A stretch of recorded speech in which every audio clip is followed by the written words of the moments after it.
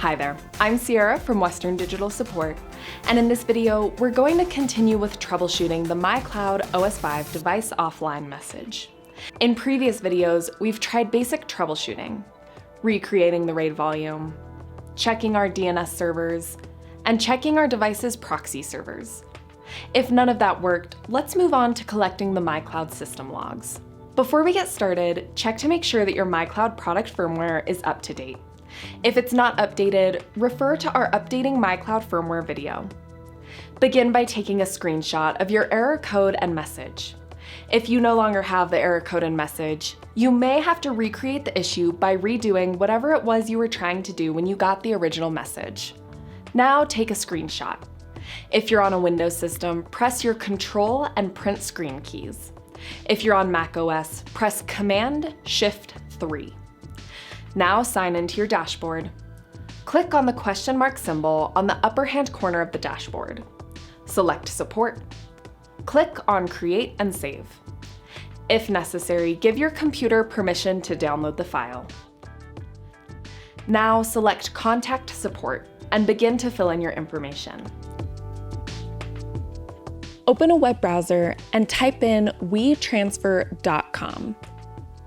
Upload your file and create a shareable link. Paste that link into the comments section of the support form. Finish filling it out and click Submit. This will help diagnose any issues or errors that you may be experiencing. Now, we'll cover how to complete a system-only restore on the MyCloud device. This will revert your system back to its default settings, but it's not data destructive, so you don't have to worry about accidentally deleting any files. However, it is always a good idea to back up your data first, just to be safe. Begin by logging into the dashboard. Click the Settings icon. Select Utilities. Under the Restore to Default section, click on the System Only option. Select Restore. A description of the system-only restore will be displayed. Click OK to confirm and continue. The restore process will begin, and the device will automatically restart once it's complete. Now, let's perform a 40-second reset. This will revert your system back to its default settings. But it's not data destructive, so you don't have to worry about accidentally deleting any files. However, it is always a good idea to back up your data first, just to be safe. Begin by locating the Reset button on the back of your device. Please note that the location may vary depending on the MyCloud product model. Begin by powering down your MyCloud device and removing the power cord from it. Find your Reset button and use a paperclip, pin, or other thin object to press and hold the Reset button. While continuing to hold the Reset button, reconnect the power cord to the device. If your device has a power button, press it once and release it while still holding the Reset button for at least 40 seconds. If you don't have a power button, just continue to press the Reset button for at least 40 seconds.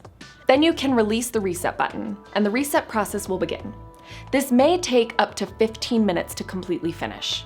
Wait until the power LED is a solid blue, indicating that the device is ready to use.